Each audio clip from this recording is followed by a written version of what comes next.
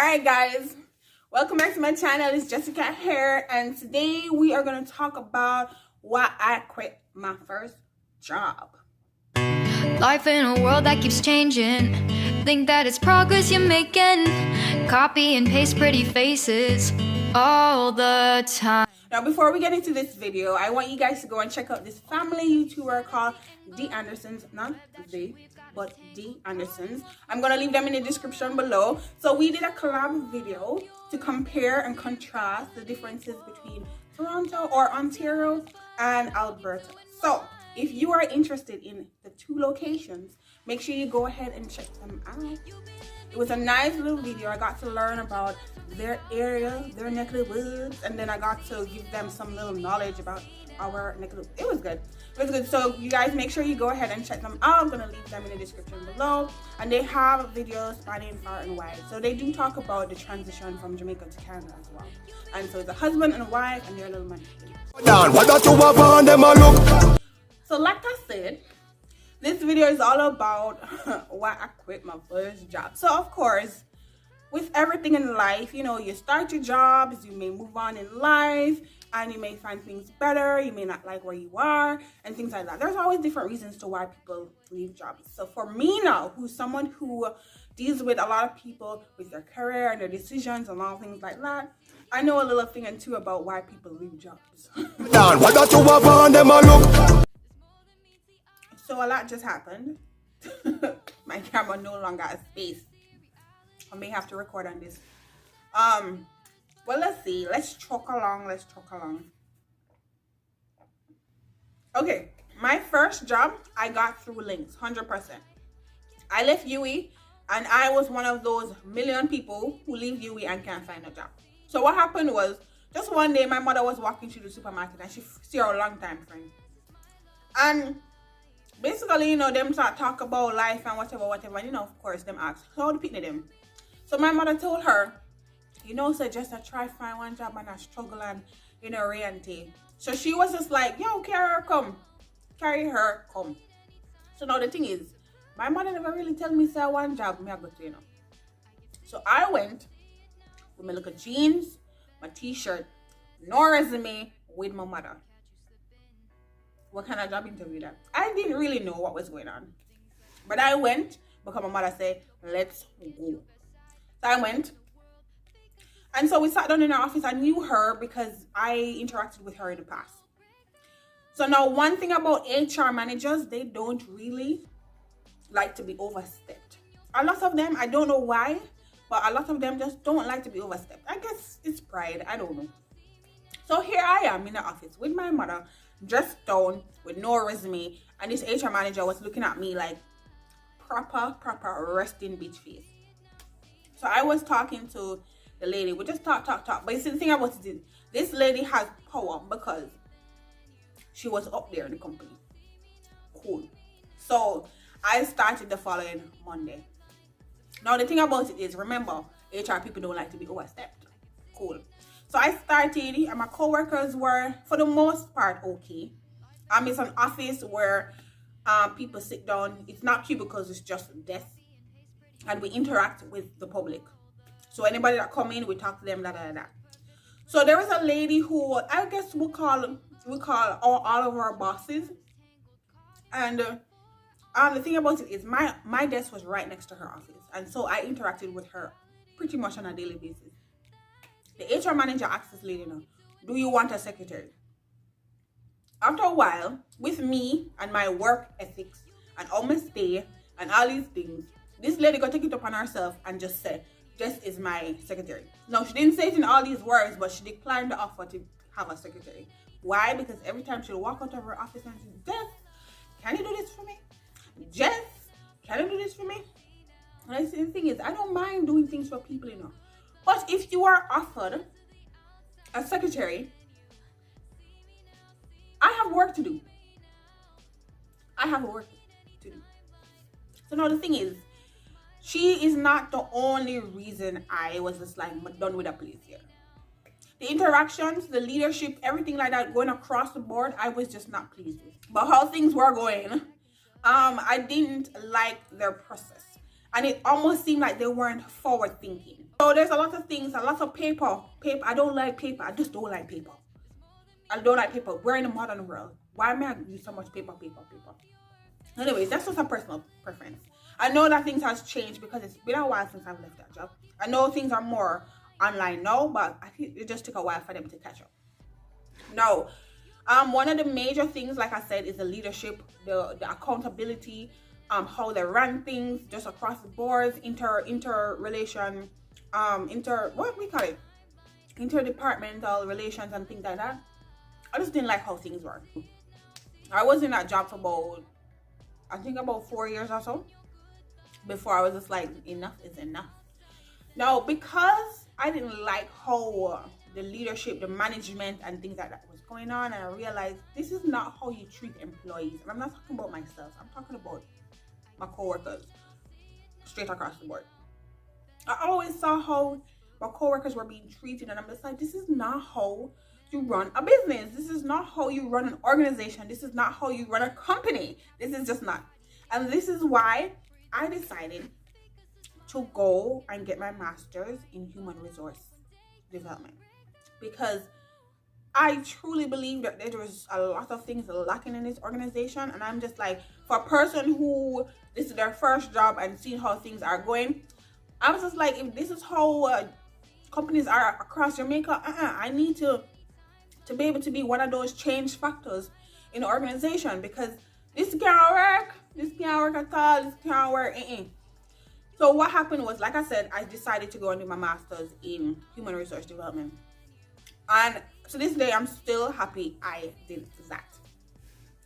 So I started doing, I started going to school. Now, the thing about me is whenever I start something new or doing something, I don't really like to tell people, because I just don't like people in my business. As much as I show and share a lot about me, there are certain things I don't like people in my business. So went to school, did my HR. Nobody knew about it until I was almost finished, and that's 2 years. And so once I did complete, I let my manager know, I let the HR manager know, I let the lady who, called me up, the links lady, know, and everybody know. The lady who gave me the links was just like, yo, this is great. This is absolutely great. She'll keep me in mind for anything. I'm just like, I am grateful for you. Now, there's a position that was now available. It was in human resources. Now, normally, I would think you advertise within the company first, see if there's anybody qualified, and then you go outside. So before the job even posted, the links lady, called me in her office and said, look, there's a position opening. I want you to think about it and get back to me. She gave me the job description. I looked through it and I'm just like, interested. Because like the department I was in, I just wanted to get out. She's just like, okay, perfect, great, good. So now this position, it was one of those positions where you don't have to have 10 years, 5 years experience. You don't even have to have 3. And because I'm in an organization already, I was like, done deal, of course, why not? I was just like, yeah man, we get it. That is me thinking that the organization looks out for their employees. But then you remember, we forget the HR manager, she's not really too like that. We didn't overstep her, and it's me and Rianti. One thing to note is the lady with the links told my boss, look, we're gonna put just for this role.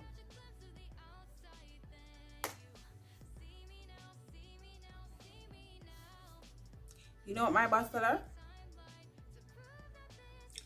Absolutely not. I need her to sit down beside me. If holding people back was a person, this is a promotion, If holding people back was a person. I know the thing about it is, I was not supposed to know this. But the lady with the links, she told me. And, me just sit down there and I listen to her and I'm just like, okay. Then the HR manager, she came to me and she said, okay, I heard that you're interested in this role, but, and she said it so happily, you know, she said, but so and so doesn't want you to come, so I'm going to find somebody else. And then she just walk off. She don't even, there's no little, you know, thing in her voice. She's just happy and she have bounce, and I've never seen this lady happy and bounce before. She's like, I'm gonna find somebody else, and she just walks off. And I'm just like standing up there like, what? How HR of you? How HR of you? Now, like I said, at the time, not to say that I didn't know everything about HR, but I know how you're supposed to treat the workers in the company. So now with that, the boss holding me back, and then the HR manager just not giving two flying beep. I was just like, this is crazy. So they started interviewing for people, and you know, I'm just watch the process. And with every day of me watching the process, I got a little more upset. I was upset. My boss didn't know that I knew, and that's the thing about it. She did not know that I knew. And every day she come to me and she's just like, Jess, you can do this. Just mail one letter. I am not your secretary. Jess, you can do this. Jess, you can do that. Jess, you're so great. Jess, you're this. Jess, you're that. I mean, at the end of the day, even though I'm very upset about how things are going, I'm still going to do my work because my reputation is on the line.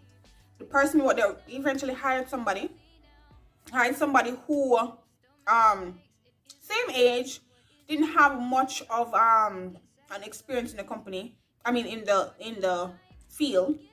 However, she finished her degree like a year ago or something.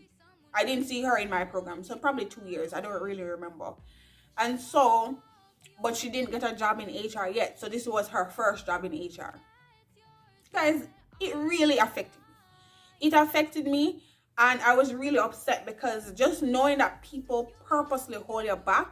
One thing about me, you know, and only really should do this too. Don't ever let someone hold you back. If you see greatness for you, then you need to move on. I know that it's hard to move on because, you know, the job market anywhere you go is kind of rough. But for me, it was a turning point. I remember I was already annoyed with what was going on and how the company run them procedures and how them run everything across the board. I was already annoyed with that. But the fact that I was held back like that, that was already a kick to the point where I was like, I'm done with it now. So I started my job hunt right away. Like right away, I started my job hunt. So eventually I found something and I left. No, don't do what I did. I just left. But just never turn up. That's not how you should leave a job. That's not how you should leave a job. Don't ever do that. But something happened that week where I was just like, I am so done. It just so happened that that week I got the job. No, I didn't get the job yet. But I did interviews and it was going extremely well.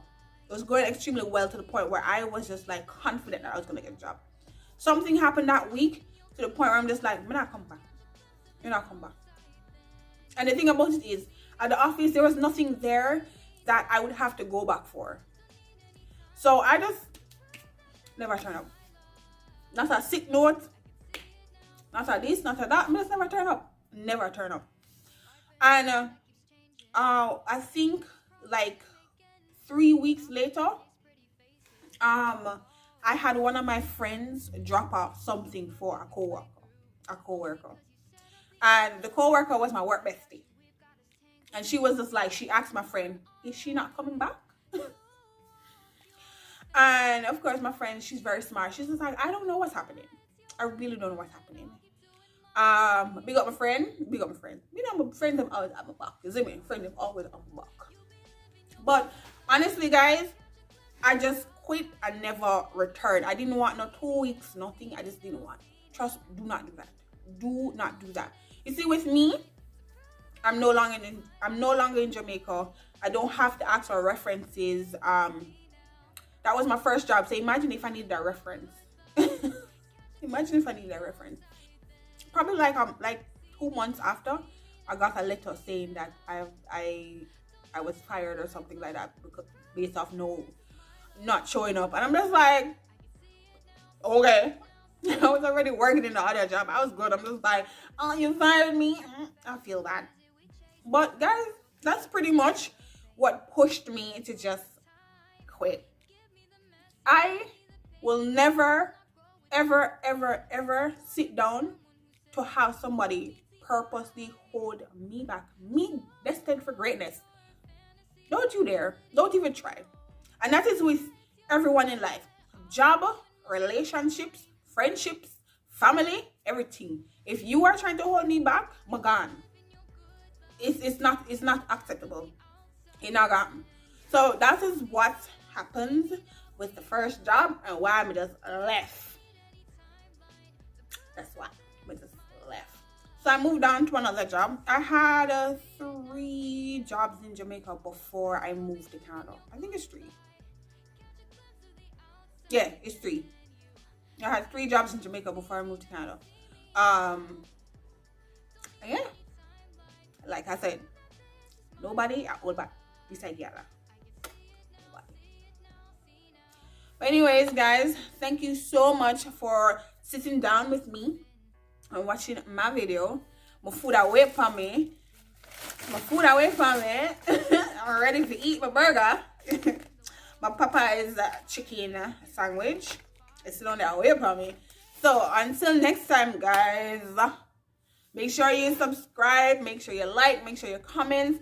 Tell me, have you ever quit a job? And if you're nice enough, you can tell me why. Why did you move on from that last job? But until next time, make sure you subscribe, make sure you share, make sure you like, make sure you do all type of things, and I'll see you in my next